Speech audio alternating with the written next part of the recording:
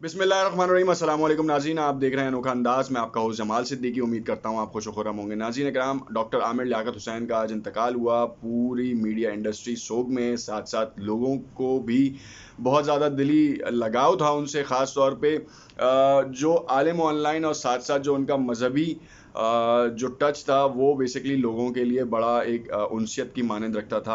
और उसके हवाले से बहुत से लोग आबदीदा भी हुए, और ख़ास तौर पे वसीम बदामी हो या इस तरह के जितने भी सेलिब्रिटीज़ हैं जो उनके साथ बड़ी ख़ास वाक़फ़ियत रखते थे, या एमपी जमाल सिद्दीकी हों जो मेरे हम नाम भी हैं, उनका बड़ा करीबी साथ था आज जब उनका इंतकाल हुआ।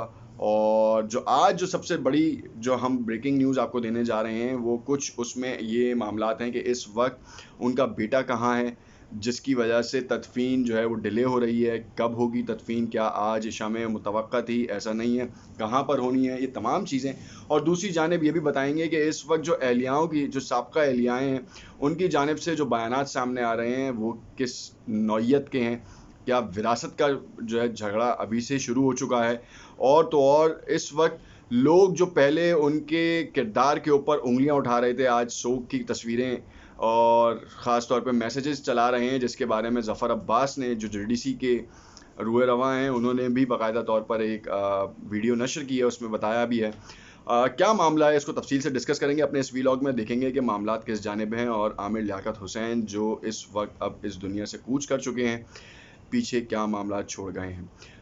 तफसील में जाने से पहले आपसे इल्तमास करते हैं कि अगर आपने चैनल सब्सक्राइब नहीं किया तो इसे ज़रूर सब्सक्राइब कर लें ताकि आने वाली तमाम वीडियोस के नोटिफिकेशन मिलते रहें। नाज़रीन कराम, आम इंसानों के जहनों में जो सवाल उभर रहा है इस वक्त कि उनकी तदफीन के हवाले से कहाँ होगी, तो मैं आपको बताता चलूँ कि उनकी तदफीन अब्दुल्ला शाह गाजी के मज़ार के अहाते में होगी, जो कि उन्होंने पहले से मुख्तस की हुई थी वहाँ पे कब्र।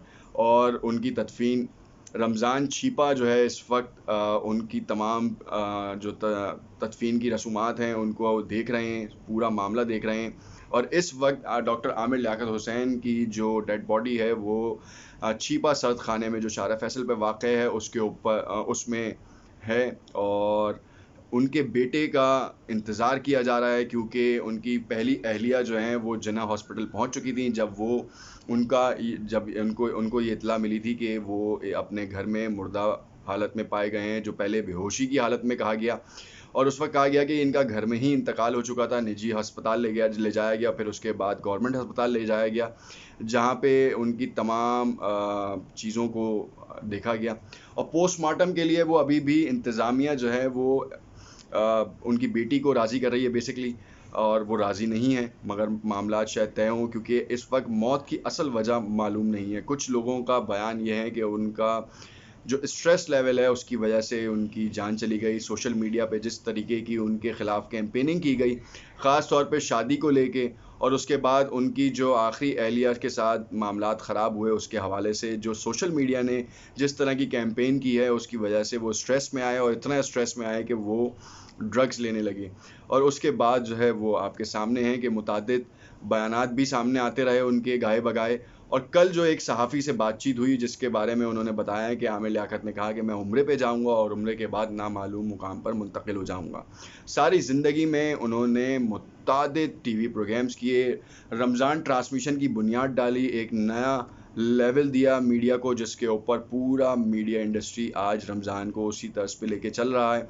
अब चाहे बहुत से लोग उसको तनकीद की नज़र से भी देखते हैं, बहुत से लोग इस्लाह के तौर पे भी देखते हैं, ये हर किसी का अपना अपना ओपिनियन है। मगर इस वक्त जो सबसे अहम और ज़रूरी सवाल ये है कि इस वक्त जो एक इस्लामाबाद में एक ख़ातून जो कि कहती थी कि वो आमिर लियाकत हुसैन की तीसरी बीवी हैं, हानिया, और उनका सिनेरियो क्या है इस वक्त, उनका स्टांस नहीं आया। और ना ही तूबा जो कि दूसरे नंबर की साबका एहलिया थी, जिनसे तकरीबन उनकी 1 साल शादी रही है, तकरीबन 1 साल शादी रही है। उसके बाद जो है वो दूसरी दानिया की तरफ रुजू किया उनका, और उन्होंने शादी की। इस शादी को भी बड़ी तनकीद की नज़रों से देखा गया, बहुत ज़्यादा जो है वो उनके ख़िलाफ़ प्रोपेगेंडा शुरू किया गया। और फिर जब अलहदगी हुई तो उसके बाद उनकी बीवी ने भी जिस तरह के इल्ज़ामात लगाए, जिस पे आमिर लियाकत हुसैन ने बड़े ही इत्मीनान से जवाबात दिए।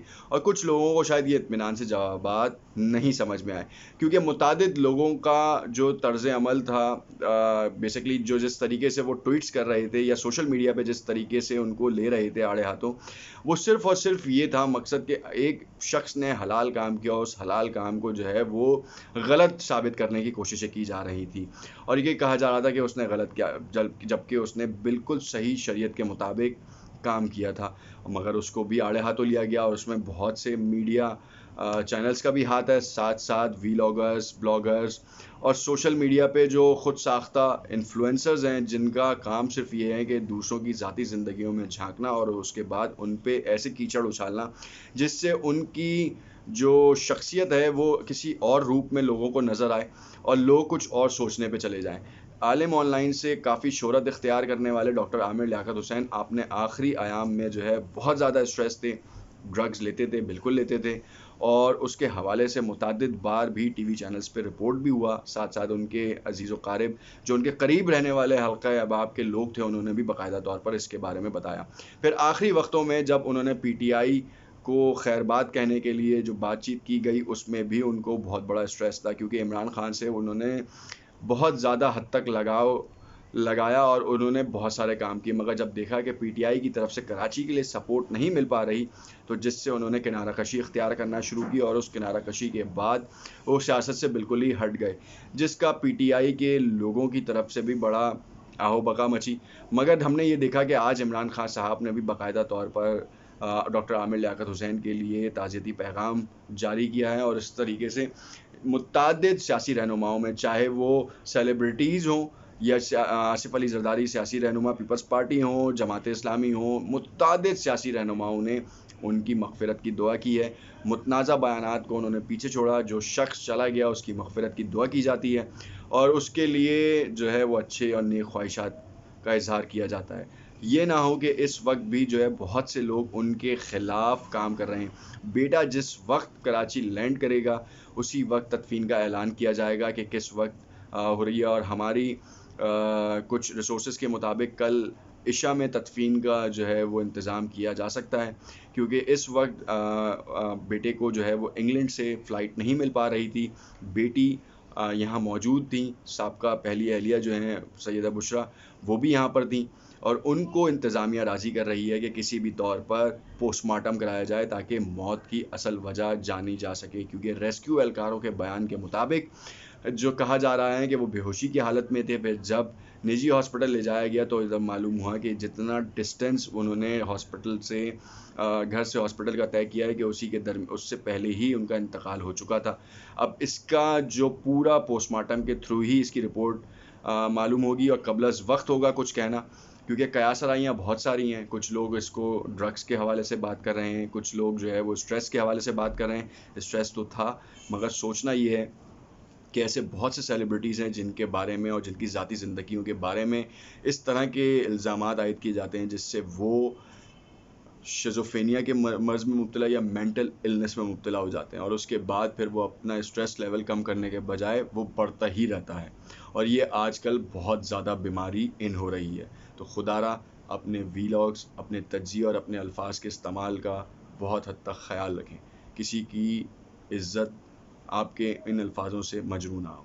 देखते रहिएगा अनोखा अंदाज़, कमेंट में अपनी राय से ज़रूर आगाह कीजिएगा। लेटेस्ट अपडेट्स के साथ हाजिर होंगे और आपको बताएंगे कि इस वक्त आमिर लियाकत हुसैन की जो कब्र है जिसकी तैयारी हो रही है उसके हवाले से मज़ीद अपडेट आपके साथ करेंगे। शुक्रिया।